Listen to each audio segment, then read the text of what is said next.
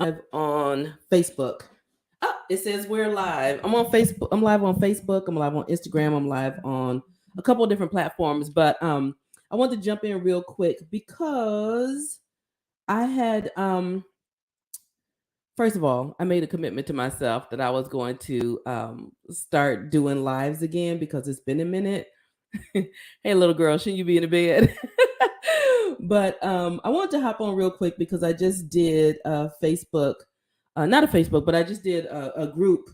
We did a live event with Michelle Talbert and Jackie O'Nappy, as most of you know, and we were talking about mental health. And so I was referencing a post that I made 5 years ago that I actually ended up privating, right? I made the post 5 years ago. I shared it today, but then I privated it. Oh, thank you very much, Facebook user. It says your journey is expiring. I appreciate that. I can't tell who you are, so if you're in the StreamYard, you have to give StreamYard permission to show me who you are. So if you leave a comment on Facebook or in any of the groups, if you could please add your name so I know who you are, I'd appreciate it. But I want to talk about the topic of I chose me. I chose me, right? We talked about mental health, mental wellness. We talked about different things. And of course, if you've been following my journey for any amount of time, you know that I talked about, um, I tend to talk about mental health a lot. I talk about my journey. I talk about my struggles. I talk about just where I'm at right now, how I got to that place. And part of how I got to that place was I had to lean in and do the work. Now, if you follow me on TikTok or Instagram or Facebook, you probably saw the the little dance video I did today, right? I actually did it yesterday. And when I did it, I had no intentions of using it. It's just that I'm back to happy dancing. I'm back to happy placing. I'm back to hearing a song and singing out loud. I'm back to doing a lot of the things that I hadn't been doing when I wasn't in this space emotionally or mentally. And so really talking about what it's like to be in that journey, to be in that journey unapologetically, to be able to own your stuff has been really inspiring. So when I saw that post from 5 years ago, it was 5 years ago today, and the post I literally just said me. Now, for those of you who don't know, I'm a pretty decent Tamia fan, the singer Tamia. She had a song called Me. And her name is Me, and she loves me more than you'll ever know. And I finally see that loving you and loving me just don't seem to work at all. Those were the lyrics to that song. And at that moment, right, when you're going through things, the lyrics to songs start to mean different things to you, don't they?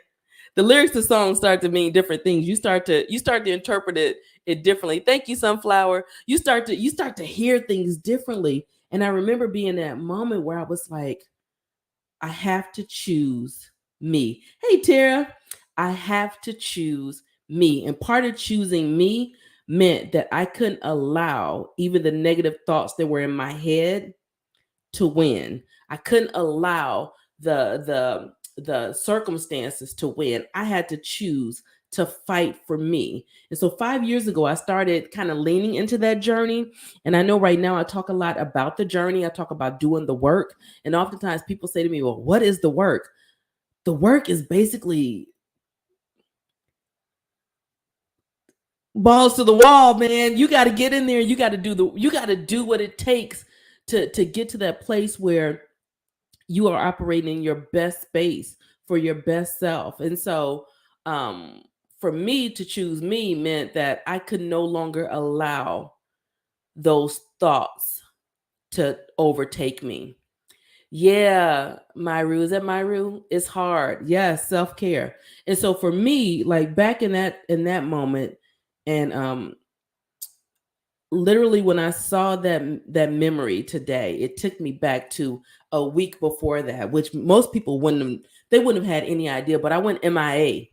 I went missing. Like I literally had a friend where my ex-husband was like calling her, like, "Hey, have you heard from Rhonda? We need to do a wellness check." And literally, I needed one. I needed one. I needed for somebody to track me down.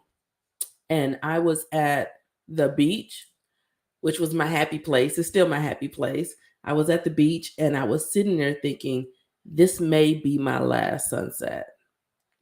This may be my last sunset. And I remember having to keep myself from walking out of the car for fear that I might accidentally fall out.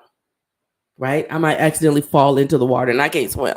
So I really had to really make the decision and the commitment to fight for myself, to fight for myself. Sunflower 3G, I see you. I'm starting over too. So your video made me so happy. I'm glad to hear that. But literally, so because I made that decision 5 years ago, right? And I'd be lying if I didn't say that things didn't get, it wasn't like things automatically got easier then, right?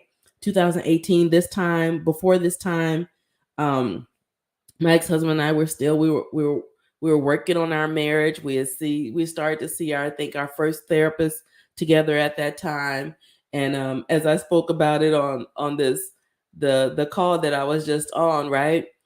That first therapist was not the therapist for me. She was not the therapist for us. She was very one-sided, very subjective. And as a therapist myself, right? Because sometimes, when you go through things and you hop up on these platforms as a coach, people think that you're just a coach who doesn't have any training or any background. You're just coming in to show people how to get through what you got through the same way that you got through it, which is that's more or less like a mentor, right? I'm a certified coach. I'm a licensed therapist. I got my therapy degree. I graduated in 2000, right? That's been 23 years. I graduated in 2000. And so, I think there are a lot of people, particularly who are new to me on these social media platforms. They think, oh, well, you just went through this thing and then now you're a coach, which I know a lot of people do, right? A lot of people do. But I've actually been in this work. I've been in this work. And even in being in this work and understanding what the process is of helping to guide other people through it, when it came time for me to go through it, woo wee, I went through it, y'all. I went through it. And so part of the reason I show up in the ways that I do today, which, full disclosure, I've not been showing up as much as I normally have been.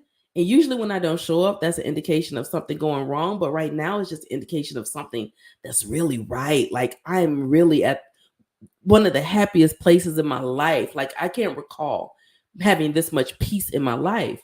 But it all started with that decision 5 years ago where I decided to fight for it. I decided to choose me. And part of choosing me, right?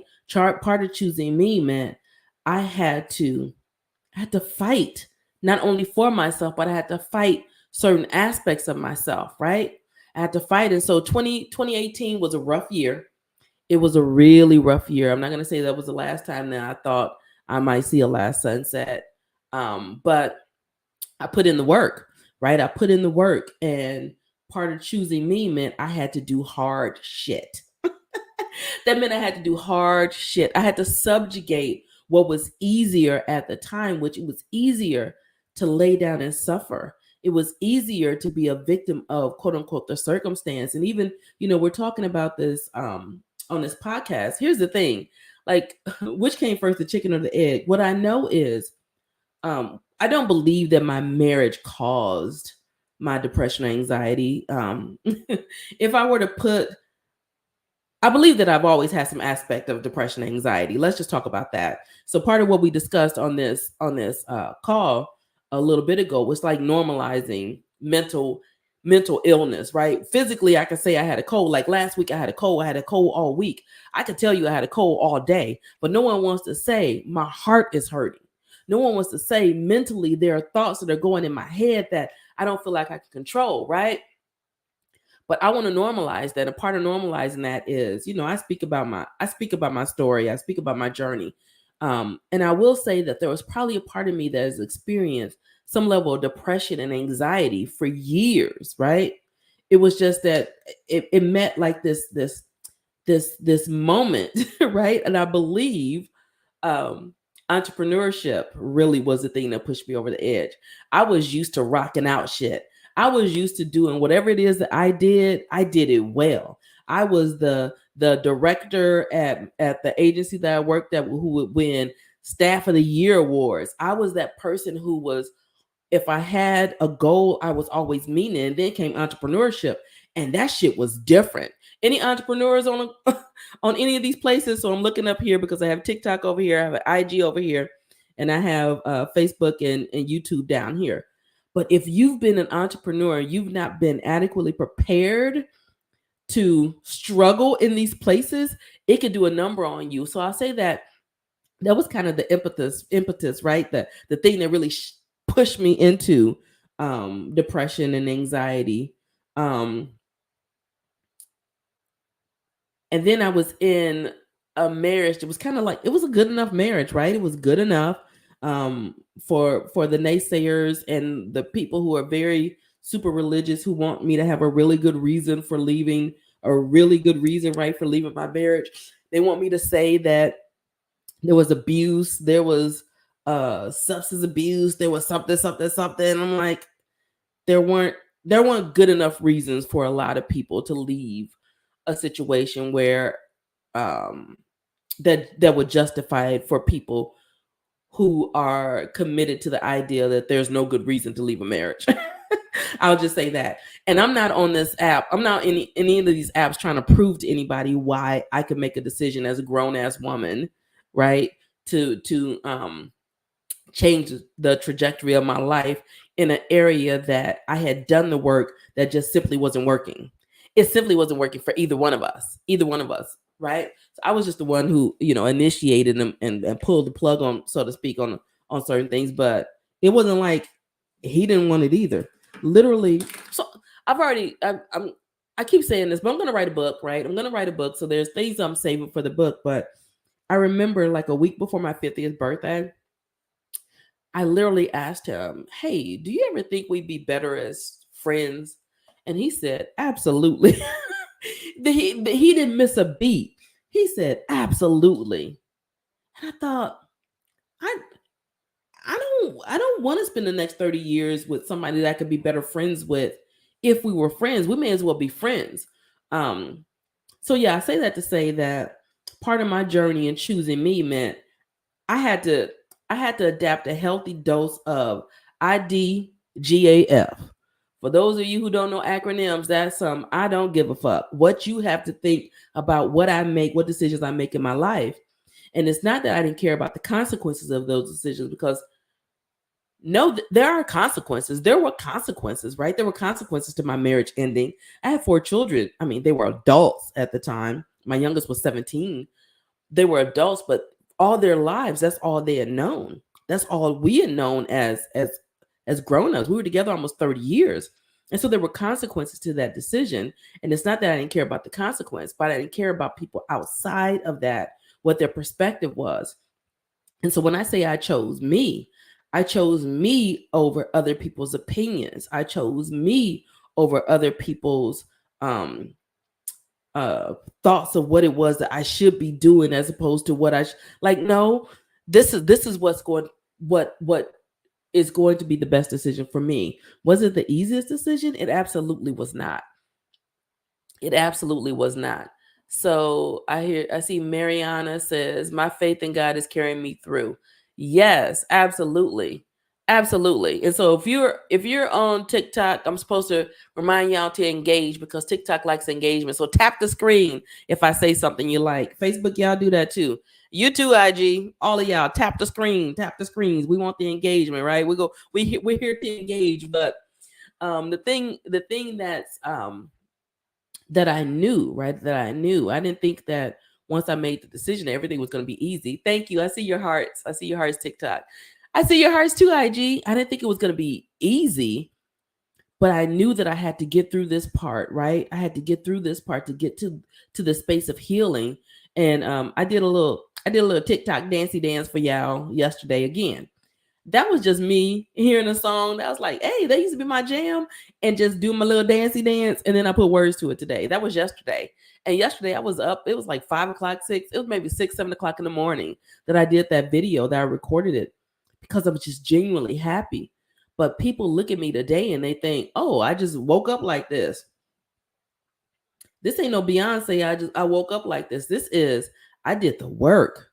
I did the work, and what the work looks like for you may be different than what it looks like for me, but there are still some components that are a bit of the same, right? So I'm working on the blueprint for that. Um, I've been convicted several times that I'm supposed to be doing a group, so I'll be doing a group. I have a free group on Facebook for those of you who are not already in it. Shiftqueens.com, and that's the free group. But there will be a group that's laying out these blueprints, and then that's allowing you to work through and walk through this process of getting to the space of healing. Now, I'm not doing that group as a therapist. I'm doing that group as a coach to help you walk through that. And part of that, in terms of having your support, if you look at the video that I did today, I talk about having support. I talk about having an outside objective people. And I've had clients as a coach who have also had therapists. And I recommend that. Like, get you somebody who is in your corner, they're not married to anybody else's opinion. They're not married to anything other than what's in the best interest of you. And they will call you out on your shit. And a lot of you need to be called out on your shit, because what's keeping you in a place of unhealing is the attachment to some of these shitty narratives that are going on in your head. And ask me how I know. You know, they say that whatever your love language is, they say whatever your love language is, the opposite is like your self-destructive behavior. You know, if you think about what you do when you're in a space of self-destructiveness, right? So for me, when I was in the space of depression, oh my gosh, the self-talk was so negative. I had such negative self-talk towards myself. Like, there was nothing you could say about me that I hadn't said about myself. I called myself everything but a child of God. Everything but a child of God. And what happened in that space was I started to believe the things that I was saying about myself, the negative things I was saying about myself. But what they say, at least on this whole TikTok, it might not have been, it was a TikTok on TikTok. And listen, there's a lot of good things and good little memes and good little suggestions and things that are available online, but please don't let TikTok be your therapy. IG is not your therapist. All right, so there's somebody on TikTok named Steve Pennington 1452, and he's asking one of those questions that men tend to answer when they want you to justify why you got divorced. He said, husband committed adultery. Steve, I'm interested in knowing why that's a question for you. Why that's a question for you. What does that matter to you? Like, really, why do you want to know that? I'm curious. So you answer that, then I'll answer the question. But if so, what it said was, whatever your top love language is, your self-destructive behavior will be like the complete opposite of that. You know how you talk about the strengths and the shadows? And so for me, my love language is words of affirmation. I'm really great with words of affirmation. But when it comes time for me to start to beat on myself, the negative self-talk becomes a thing, and I'm really good at it, right? I'm really good at it. And so I have to be cognizant of protecting my space so that I don't allow myself to get in there. So he says, only biblical reason. Okay. That's the only biblical reason? Where did you find that? Why no? Head over 1 Corinthians 11:15. Oh, you know, the religious folks will find you a verse. Now, I'm very spiritual. I'm very connected to God. But yeah, nope. So that wasn't it. So biblically, I'm unsound, and you're probably going to tell me that God hates divorce, because people say that. So when I say that you have to stand on your own 2 feet and be cool about where you're at, and know that there are people who have nothing to do with your situation, who will speak on your situation, and tell you things about how God feels about what you're doing without knowing what your relationship is with God. That's what I mean. You have to be willing to. There's a couple people that said, oh, Steve said, okay, bye Steve. Somebody said, bye Steve. Shauna Starr said, bye Steve. Yes, Steve. So this is the thing, like, you will find people who will have things to say about your life. And so I was telling someone well, on this call, I said, if I weren't in the place of healing that I'm in, I wouldn't be able to show up in the ways that I show up, right? I show up in this transparent way. I show up with vulnerability, because those are two different things, transparency and vulnerability. I show up in those ways, and it helps when you know yourself. Not only know yourself, but you love yourself enough to where you are still open and receptive to other people. Now, I'm not saying that I don't take in other people's feedback, because I do, right? I do. But as my mama would say, I consider the source. So a random person like Steve's not going to bother me to tell me that, the only reason you get divorced is this or the other, or God hates divorce, or all these other things that people will say. When I've consulted with people, right? I've consulted with the good Lord. I've consulted with a lot of folks, and my counsel, I submit to wise counsel. And if I were not in the place where I had done the work, where I allowed myself to stop speaking the negativity to myself, I would be globbing on to the things that other people are telling me about myself that are not me. Like, I don't accept anything that's not me.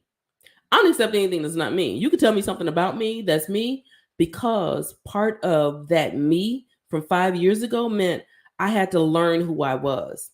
I had to lean into understanding the nuances of me, why I moved the way I moved, why I chose the type of partners and friendships that I chose, why I was in these spaces. I had to learn me. And so when I learned me, I got unapologetic as fuck about me.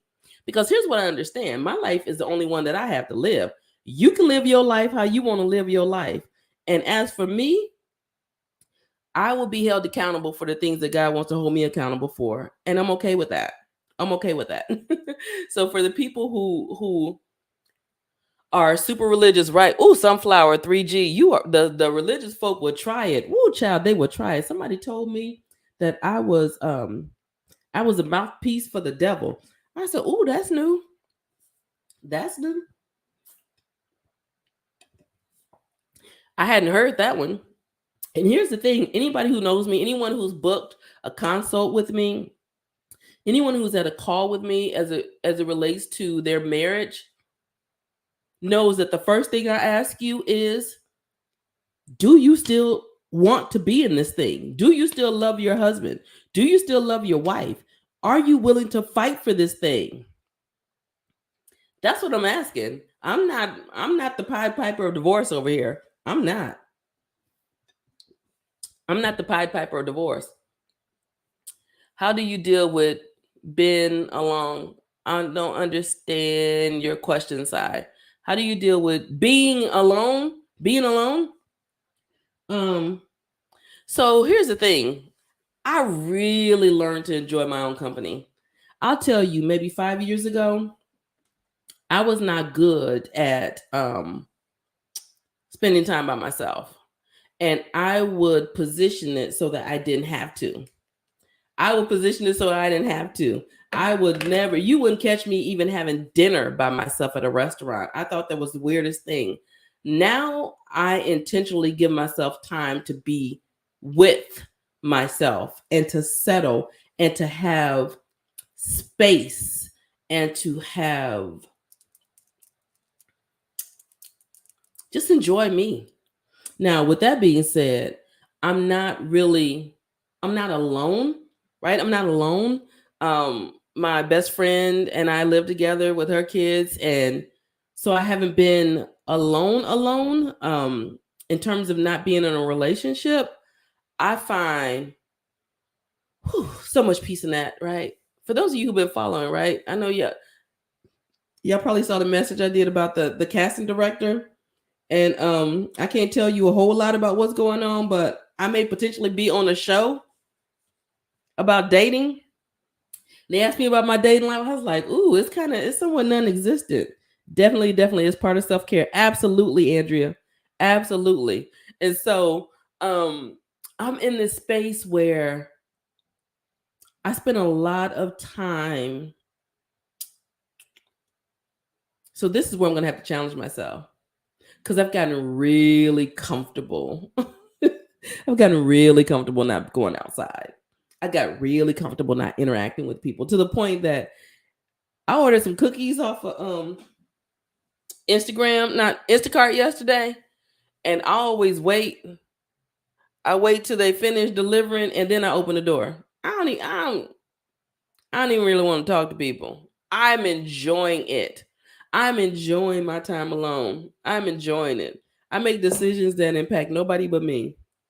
Now, that has a flip side, but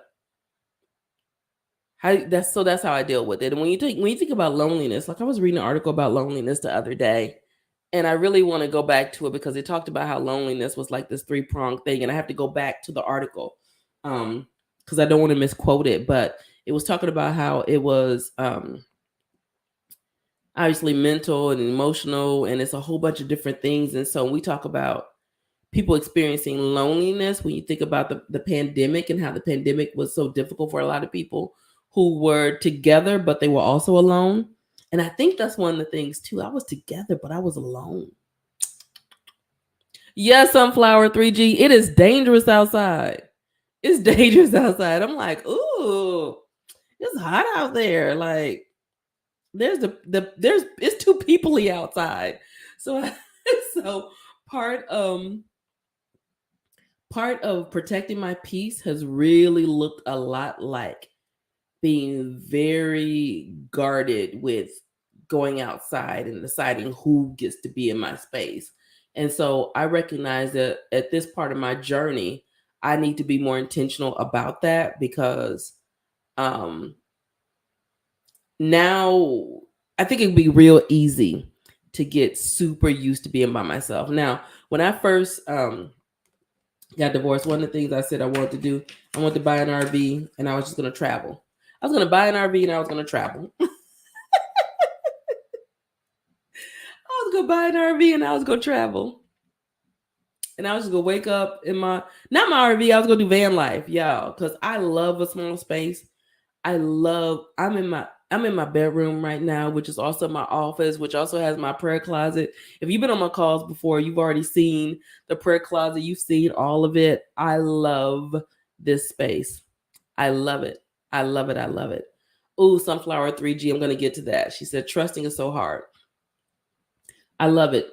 So one of the things I know I need to do, or I'm going to eventually have to do, is force myself into going back outside, right? I'm going to go back outside. The pandemic really got me back inside, and a lot of the work that I do, the majority of the work I do, I could do from anywhere, which I love that about what I do.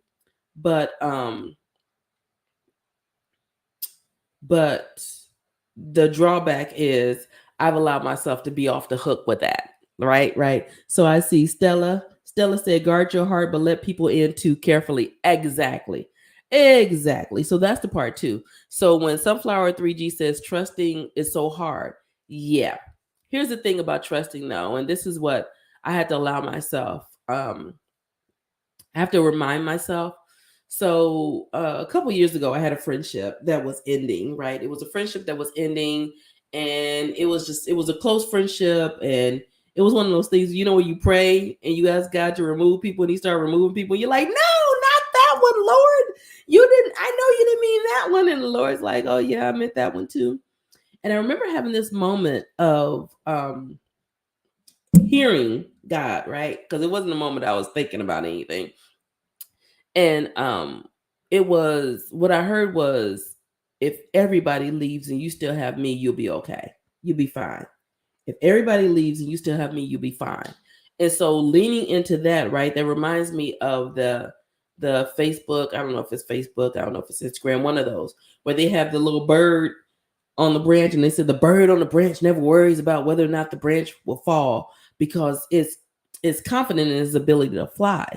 I had to get confident in my ability to fly. And so I've become confident in my ability to trust that I will be okay if other people are untrustworthy. Does that make sense, Sunflower 3G? I had to trust myself, because really when we don't trust others, we're really saying we don't trust ourselves. I don't trust myself to handle if you leave. I don't trust myself, right? And so what happened was, at that moment, it was like, a couple months in, and I was still trying to make something of this friendship that was probably not supposed to be a friendship. It was supposed to end at that moment. It was supposed to end, and um, so when I went back right to the friendship, and the friendship ultimately ended, like I don't know, 5 6 months later, it was such an easy release. It was an easy release, and what happened was I immediately became concerned, right? Although God and I had this conversation, because I was in therapy at the time, and I spoke with my therapist about it, and I said, here's my concern. And this is what I want you to hold me accountable to, right? This is what I want you to hold me accountable to. I don't want to get so jaded on people that I don't trust people, because here's the reality. I don't want to be single the rest of my life. Right now it's cool. Right now I'm fine. Right now it's good. Right now it's good. But I do want to be in love. I'll say again, my ex-husband and I, we were, neither one of us had been in love for years. I can't tell you the last time that I was in love. And so even to say again, I'm like, I know at one point I just can't remember. It's that long ago. We were together almost 30 years, but I want to be in love again. And I want to love freely. I want to give of myself freely. I don't want there to be guards up. And I know that in my relationship, part of the reason that it didn't work is because I was guarded. I was guarded. I admit I was hyper independent. I was guarded. He was guarded too. Now I'm just saying, like, I own my shit. That was part of my healing process, owning my shit. Like, okay, what did I do? How did I contribute to the demise of this relationship? What were my things, so I know what I need to fix for the next? And so even processing with my therapist, right? Like, this friendship ended, and I was like, I don't want to be afraid of connecting with people, because this is gonna sound real braggadocious, but this is what came to my head. I'm too good of a person not to be in relationships. I'm too good of a person not to be in relation with other people. I benefit from synergy. I can't be by myself. Like, I'm not meant to be alone. But I know that I was starting to get to a place where I wanted to protect myself. And part of that protecting of myself was that I was going to put myself in this bubble, right? This protective bubble. And then God hit me with the, yo, if everybody leaving, you got me. Like, you just really need to get to know me. And when I leaned into that, when the friendship ended, I was like, okay. Even though they told me what God told them about the relationship and how it's going to end and what I was going to do, I was like, okay. And I lived in a level of peace after that, understanding now about reason, season, and lifetime. Oh, yeah. So Andrea said, social emotional learning and emotional intelligence is key. Definitely affected us from the pandemic to now and forward. Absolutely. And so part of emotional intelligence is self-awareness. And what I find is a lot of people don't know themselves. A lot of us don't know ourselves. And so when you don't know yourself, you don't trust yourself. And so when I leaned into really getting to know who I was, and then trusting who I am, and trusting who it is that God is and who he has for me, right? And understanding reason, season, and time. For everything, there is a season.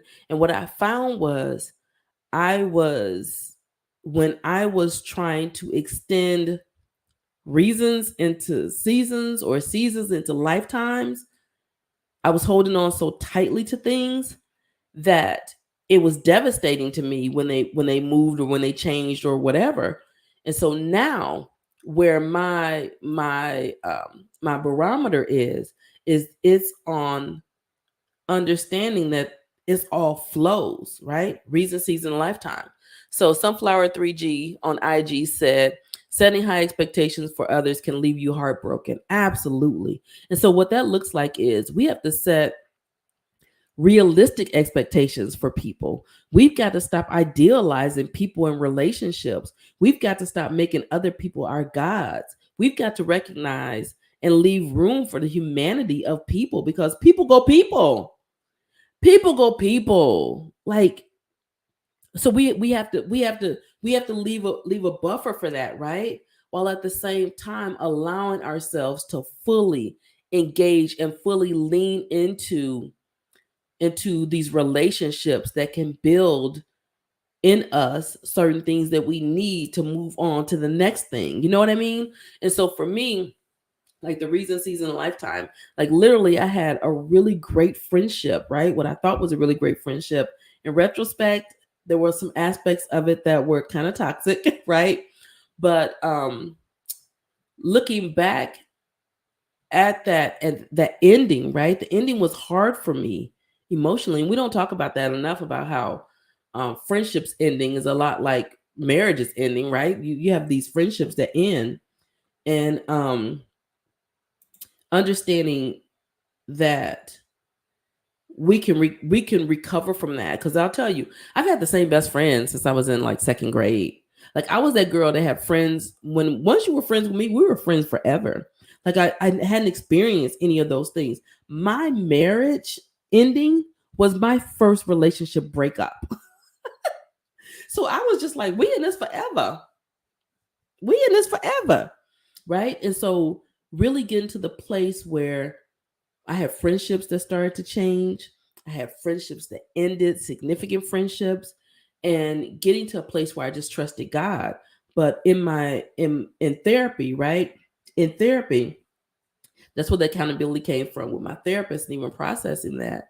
Like soon after this significant friendship ended, right? And it ended after my marriage ended. Like this is somebody that I depended on. Like I probably over depended on them.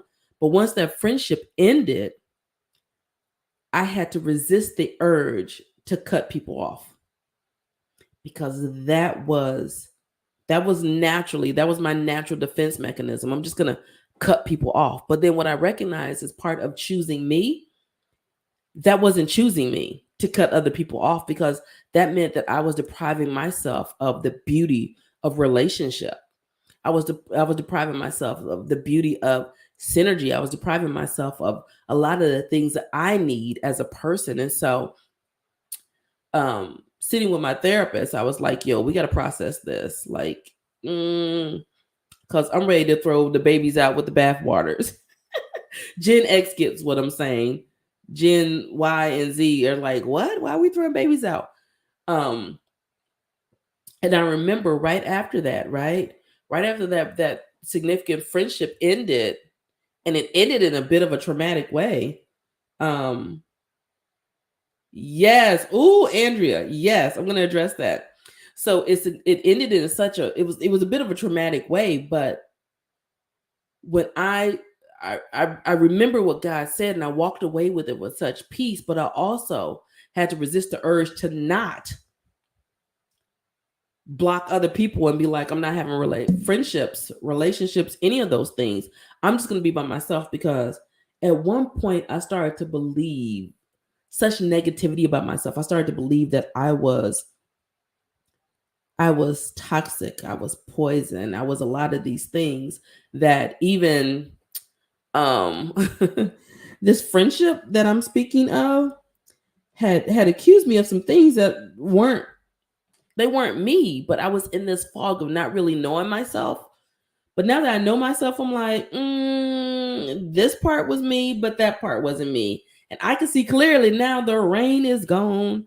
But sitting with my therapist, right, and wanting to, and really processing how to navigate this stuff healthily. Because even as a therapist myself, my knee jerk was going to be, I was just going to be like, F all y'all. F all y'all. I'm just gonna go over here. I'm gonna do what it is that God told me to do. I'm gonna go help these people, but nobody gets in my circle. Nobody else gets in my circle but my children and my sister and my family and my My best friends in second grade. Nobody gets in my circle. Nobody gets in my circle. So then out of the blue, someone I've been friends with, I coached through some things. Like she was a corporate client, right? All of a sudden now she's calling me. She wants to go to dinner. She wants to go hang out. And then we're hanging out and I'm like, oh God, okay, this relationship is getting really like this whole friend thing. Like, you know that on the Step Brothers, when they look at each other like, did we just become best friends? I was having those moments like, shit. Lord, I don't want to do this no more. I don't want to. And so literally I had to force myself into trusting, right?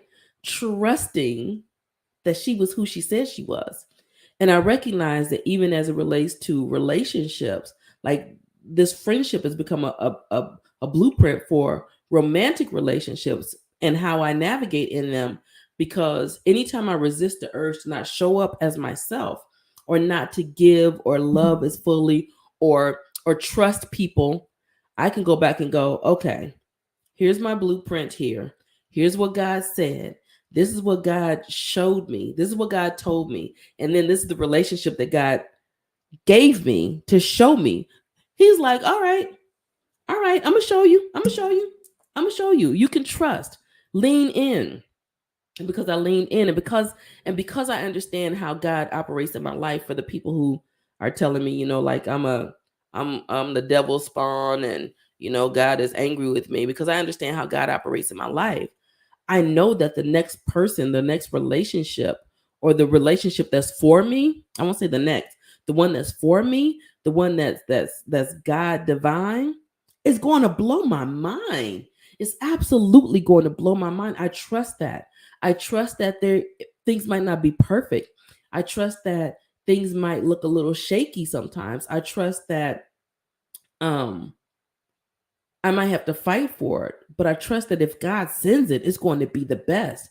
And so when I opt out of the Rhonda decisions and lean into, as Andrea said, knowing your God identity, right?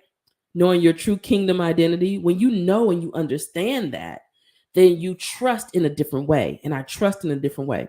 So here's Andrea. Andrea asked a question, or she made a statement. Or she asked a question and she made a statement. Could that person have become an idol in your life, meaning depending on that person more than God? Abso-freaking-lutely. I believe that. And in their defense, they would always say, "Look, I'm not your God. I'm not this." And I'm like, "Yeah, I get it, but understanding that my spiritual development over the last couple of years has been escalated, elevated, escalated. Like it's I was one of those people, like I knew religion, but I didn't know God, right?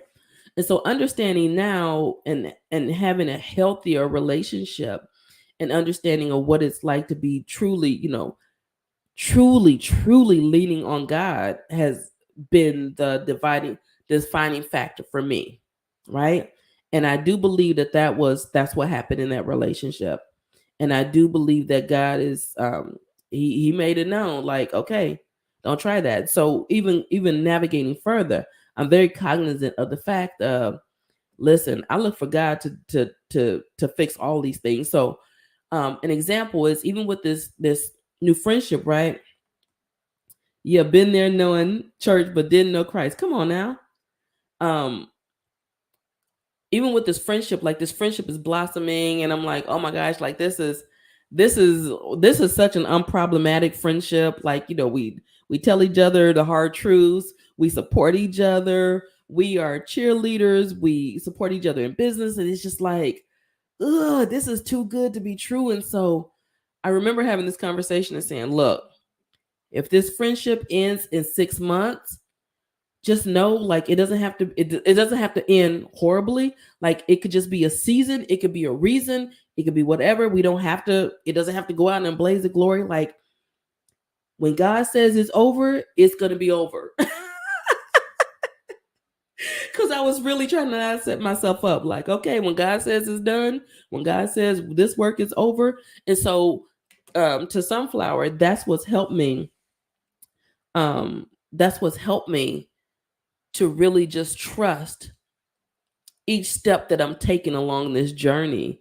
And right now I think that not going outside, like I have to be more intentional about leaning into that space and showing improving, because right now I'm in a bit of a peace bubble. And I like that. The peace bubble allows me to protect my peace, but also I know that I'm not meant to stay in this space. And so one of my commitments is to continue to show up more. I used to show up all the time. I used to do lives like 3-4 times a week, and then I stopped doing them.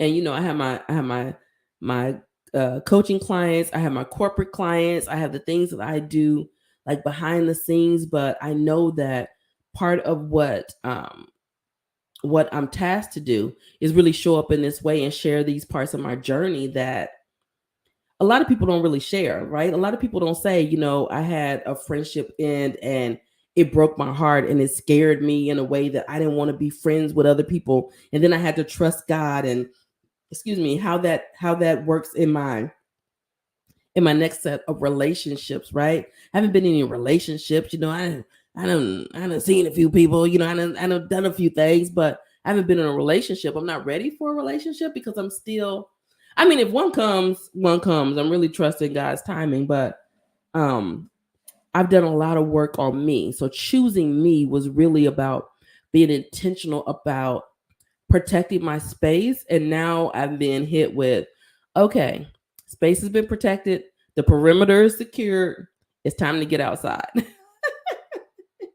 It's time to get outside. And one thing what's the pandemic really taught me about myself, and I knew it before this. I knew it. I'm more of an omnivert, right?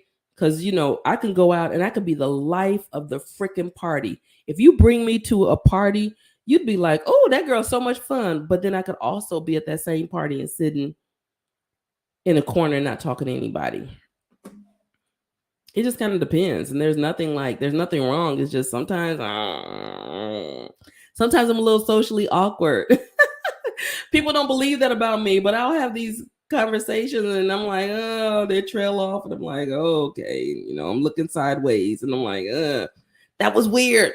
But then there's other times, and I understand when I leaned into understanding my gift, when I leaned in understanding that I didn't have to have all the answers. I didn't have to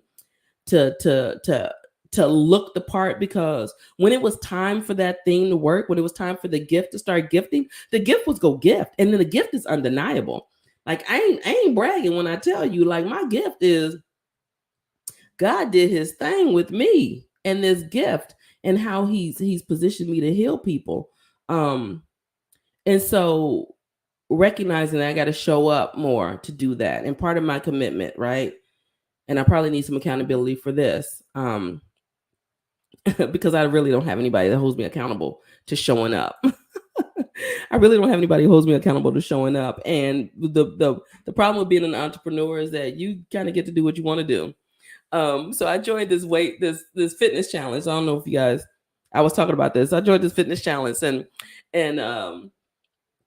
part of it was my coach was going through a lot of personal stuff. His mom was in the hospital. There was a lot going on. And the part that I really opted into was the accountability, because I need accountability. If you know me, I need accountability. To the self-discipline, like, yo, I got to work that shit out. Like, Now, for those of you who remember in 2016, right? 2016, sis lean in. I got fine. I was building muscles. I was working out. I was only working out 3 times a week, but people thought that I was working out a lot more because I had amazing results. I was so disciplined, right? I was so disciplined. And so part of that had to do with the accountability. And so when I don't have accountability, I know what I need. I need accountability. So I don't have anybody who's like, Rhonda, you haven't gone live in a while. You need to go live. I don't have that anymore. So I haven't gone live. And so part of my commitment is I want to, Andrea,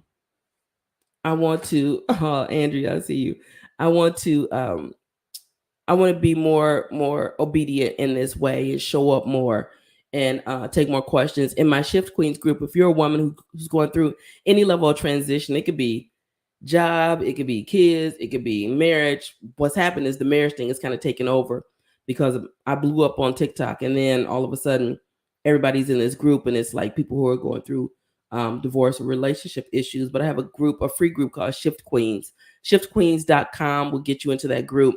Um, and also, if you go to RondaGipson-Willis.com, the link is up there. I probably have one of these banners.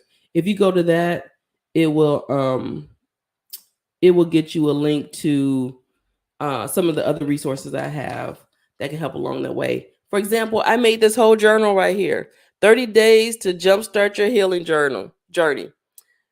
That's on there. It's available on Amazon.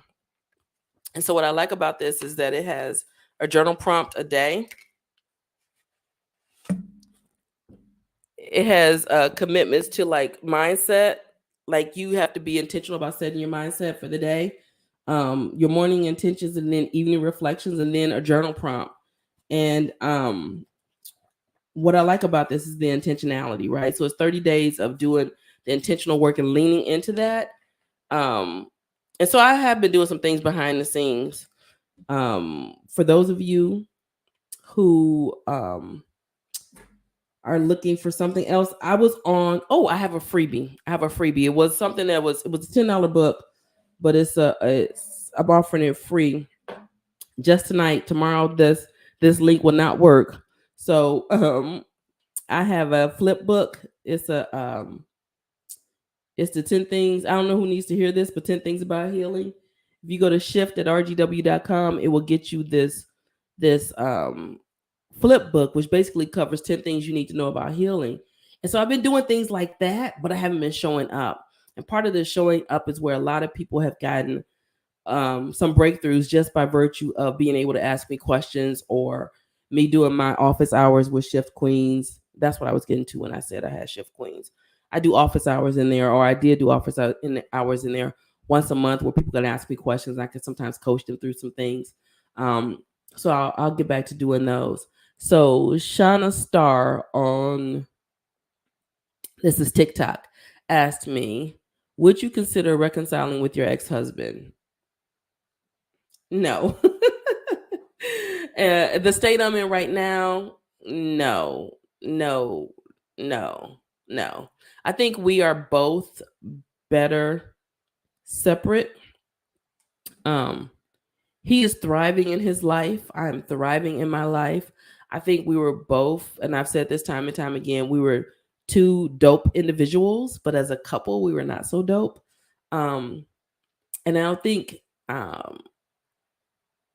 there is nothing that's changed between the dynamic of us, right? So someone said, say no one more time. No. Who is this Facebook user who said that? Say no one more time. No.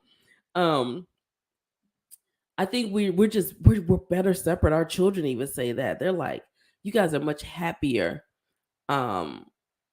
separate. And I went back home, right? I went back to Indiana. Lisa from Hey Lisa. I went back to nice to see you again tonight. But I went back to our hometown, right? We sold our home, and I spent basically the month of December there, like packing up 30 years of shit. 30, y'all. I was there for 30 days. I was like, my whole mood changed. And so, Lisa, you were on that thing when I talk about people, places, and things, and wherever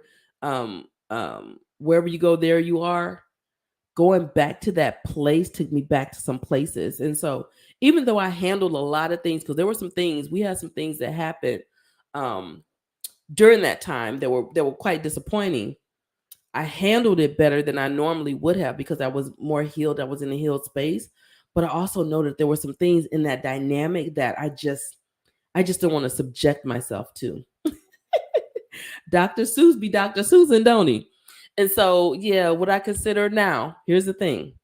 Because I'm a God girl, if it was a God thing, sure. But the people who is like, don't let no man put asunder what God has put together. And then I say, who said God put my marriage together?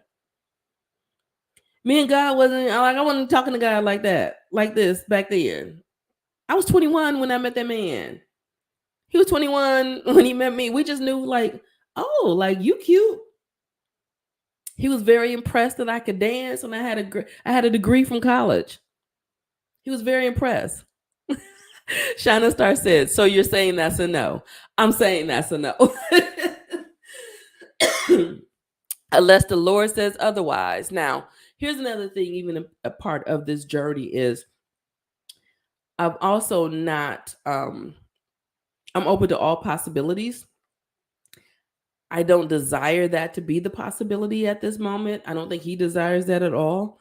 Um, like I said, we're really good separated. We're really good separated.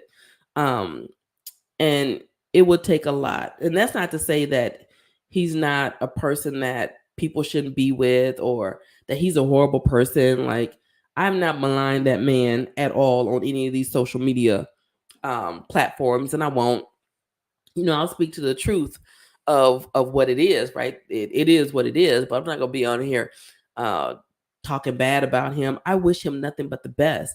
That was actually one of the when we had the conversation about separating, he was just like, I hope you find somebody who makes you happy. I said the same thing to him, and we all know it's not just about being happy. Like, marriage is, not to make you happy, is to make you holy, or whatever the people say, right? We know that it's not just about happiness, but also we had almost 30 years worth of unraveling to do that just made it easier. And I use that term very loosely, easier to cut the strings. Made it easier to cut the strings. But now, if y'all see me and that man back together, don't be saying that. Just know the Lord was involved. So again, part of choosing me was I'm not putting myself in any boxes. I'm not saying, "Ooh, I would never do this." I wouldn't, because I don't know what I would ever do. I'm saying that at this moment, the possibilities is slim, but anything's possible. But no. Any other questions? Throw me some questions. Because I was about to break. Is it? I don't know what time it is because I have 4 different devices on with 4 different times. Oh, it's 8:45. I have 2 clocks. I have an Eastern and a Central clock because I'll be trying to keep up with the time. But if you guys have any questions for me, I will entertain some questions. Hey, Zoe. We had a dog named Zoe. I like Zoe. Zoe is a black lab. But yeah, so I've been in front of this camera a lot today. If that's it, that's it. I appreciate you guys for showing up and hanging with me tonight. Zoe is my dog. That's funny, Zoe. Yes, if Zoe's a black lab. Is Zoe a black lab? Um, but yeah, so I'll try to do this more often. Um, I used to go live around this time, and I got more interaction. And part of the thing I have to remember about even going live is I have to detach from my from the outcome, from expecting, I'm gonna go live and there's gonna be, 64 people. I don't think I've ever had a live on Facebook that had 64 people. That's a lot of people. Oh, Zoe's a blonde Frenchie. Oh, my grandpapa's a Frenchie. All right, Shauna Star has a question. She said, did you go through a depression after divorce? Yes, but I also went through depression before and during my divorce. And I was like, oh, it wasn't like a matter of which came first, the marriage or the egg, right? The depression or divorce. I think that my depression put a weight on my marriage that my marriage couldn't bear. Does that make sense? And then afterwards there was dealing with all of the things that come with the dismantling of your whole world, right? It wasn't an easy decision. And so I'll say that I probably spent 5 or 6 years where I was in and out of depression at some point, to the point that I thought that that was going to be my life. I literally thought that I would not go as long as I've gone without being depressed. Now, I will say, like December, it was like a little depressing. I wasn't depressed, it was just depressing in December. Um, but barring that, like literally, um, I would say it's been a good 18, 20 months since I've experienced depression. And when I say I experienced depression to the point where I would be in the shower begging God to take me out.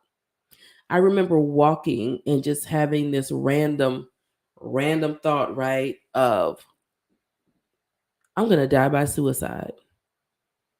Those were the thoughts that were going through my head. And so I remember being so inundated in that space. And I'm talking 2 years ago, because it was like April, Mayish that I was really, really struggling, right? I was really struggling. And I will say that um, the friendship that ended around that time, I found that I was very less depressed. So I will say with that, just be careful of the situations um, that you're in and how much power you're giving away. And so I think part of that was like, taking back power, reclaiming power. Obviously, I also went through therapy. I had an amazing therapist. I had gone through coaching. Um, it was more of a spiritual development coaching um, and healing, and but I also had a therapist and working with my therapist on my traumas, and working with my therapist on the anxiety, and working with my therapist on all of the things and the depression, and just reclaiming myself has has gotten me to a place where I have a lot more confidence in my ability to be okay. Even if depression rears its ugly head, I feel like I will be okay. Um, but I've been so far away from that, being in a state of depression. And when I say depression, I don't just mean this, oh, like, oh, I'm blue. I'm talking 3 day in the bed 3 days at a time, actively having suicidal ideation, and believing the world will be a better place without me, and having anxiety and depression at the same time. That's some shit. Like, you worried about everything, but you don't care about nothing. Like, it's it was a really difficult time. So yeah, I went through depression after divorce. I went through it um in it, before, during, and after it. But on this side, right, where I did the work, and I talk about doing the work all the time. If you follow me on any of my social media platforms, especially like TikTok or IG, I post a lot of the videos, and some of them are cute little videos. Like, again, I did the one where I'm dancing, but I'm talking about the work. I talk about 5 things that you have to do, and one of them is you have to choose yourself. You have to be selfish and unapologetic about what that looks like. And so for me, right, for me, when I say my youngest daughter at the time was 17, and I had talked to all of my children, and we had conversations, and they had seen kind of the state that I was in. um but I had to leave. I had to leave. I got on a plane and I left, and I was gone for 2, 3 months before I came back. And then when I came back, I left again, so I was gone for 5 months total.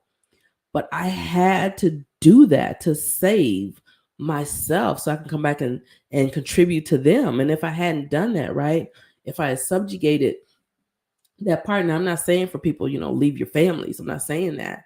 But I'm saying that I allowed myself that um that option without condemnation, without judging myself, because I knew that in the space that I was in the place that I was drowning, that I was at the no I had no choices. I had no choice. If I stayed in that place, I don't know if I'd have made it out.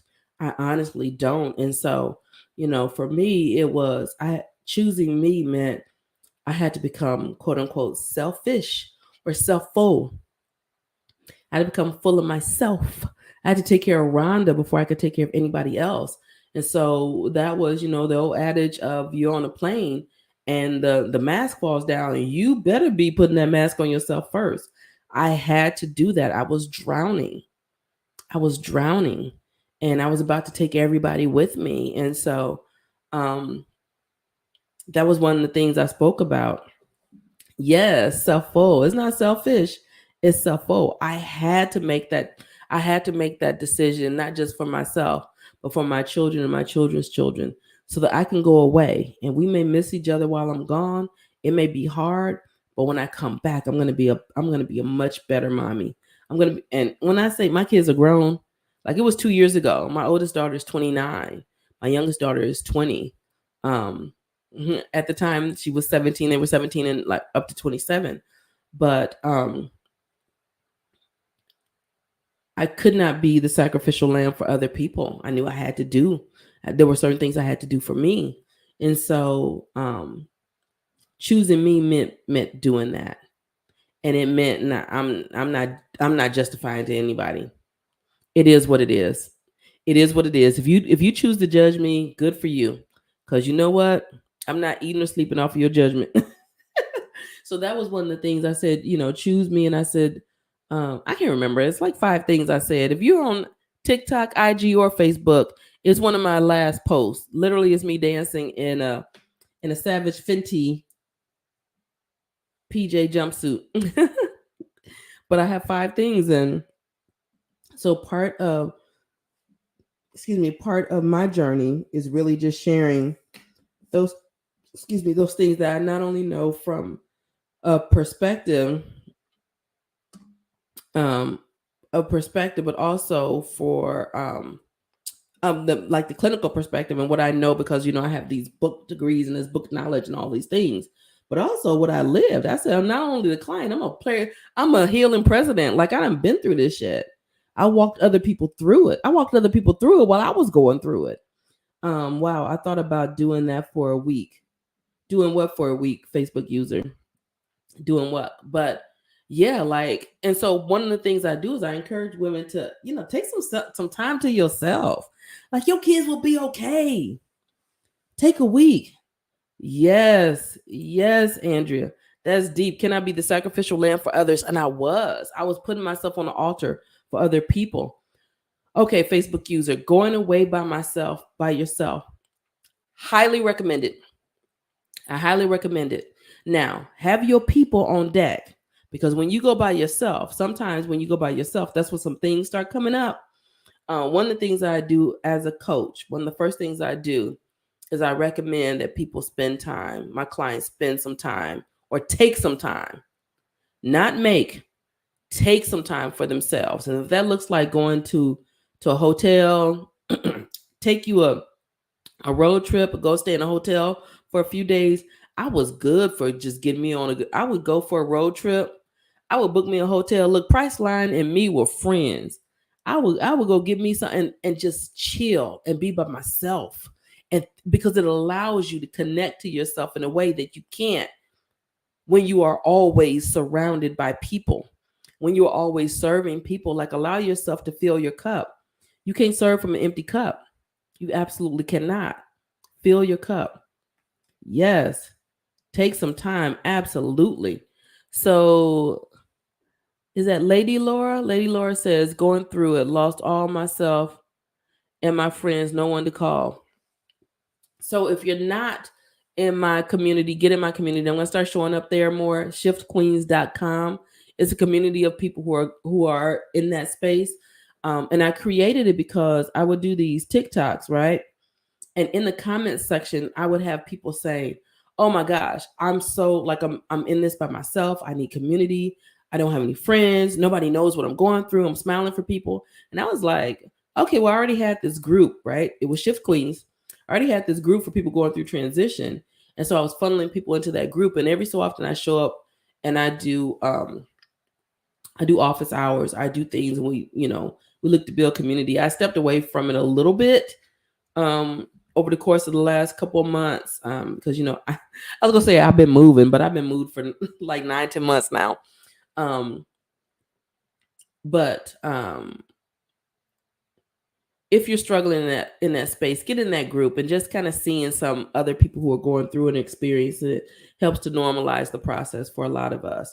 Because I think what a lot of people don't have is that camaraderie or that group of people who are experiencing some of the same things you are when you're going through the most difficult transition of your life. Right? So here are certain things.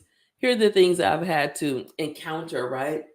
After being the married friend, like I was the first one of my friend group to get married, right? I was married for the longest amount of time. Now I'm the only one that's not of this particular friend group. And so when we go places, I'm like, am I the seventh wheel? Am I don't want to be in the seventh wheel. And I love that other people are happy. I love those things, but I'm like, ooh, like I'm just over here twiddling my thumb. Everybody going to their rooms together. I'm going to my room by myself.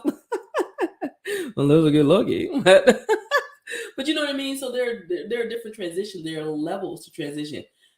So what y'all don't see, Facebook people don't see, is that I'm literally wearing a dress. This was a dress that I threw on as a top for this call that I was on earlier today. These are some of the things y'all don't be seeing, but they can see it on IG and TikTok. You kind of see it. So when y'all see me fiddling with that, know that's what it is. But anyway, I highly recommend going to places by yourself. And if you go by yourself, get you a journal or something like this with prompted word prompts. And Facebook user. I mean, it's really nice. Look, it has sayings in it. There's one thing I'm willing to bet on, it's myself. Sometimes the smallest step in the right direction ends up being the biggest step of your life. Facebook user, since you're in my community, hit me up if you want an electronic version of this, copy of this. I'll send you one for free, but you got to hit me up in my inbox. That's just for you, Facebook user. All right. For when you decide to go on your time alone. And keep in mind, these journal prompts, you don't have to use them for one day. What is it? The thing that's keeping me from my breakthrough is, ooh, child. Some of y'all gonna be writing for a long time. But yeah, so I be forgetting I be doing stuff. Like I did this whole thing. And I don't talk about it at all. Look at this quote. There's no coming to consciousness without pain. Ooh, that's good. And then it has week 3 reflections and different things like that. So I highly recommend take some time to yourself. Most of the links or things I'm talking about, you can find at rhondagipsonwillis.com. That's basically my link tree. If you want to schedule a one-on-one with me, the link to that is also there, rhondaletstalk.com. If you want to get any of my books, this is one of my books. They're there. If you want to join my group, the link is there. RhondaGipsonWillis.com. The link is in all my bios. If you can't find it, hit me up and I'll send you the direct link. But yeah, so for the rest of you, if you want a healing book, and it's cute little, y'all know I'm a low-key graphic artist. I'm very much a visual person. And so my 10 things you need to know about healing, some of you need to be in that, because not only is it visually appealing, like it has 10 things, but it also has my coaching questions. When I tell you I'm good at asking questions, I'm a good question asker. I want you to get that too, Facebook user, when you go by yourself, and answer the questions. Answer the questions. Because there's probably 18, 19 questions in there that have to do with your healing. And one of the things is a circle audit, like audit your circle. Another thing is blame versus responsibility, right? Forgiveness, what that looks like, and different things like that. So with that being said, we're an hour and 14 minutes in. I don't really plan on going that long. I'm kind of hungry, so I'm gonna go get me something to eat. And I thank you guys for rocking with me. Audit circles is facts, ain't it though? You better you better audit them circles because I'm telling you, they can make or break you. They can make or break you.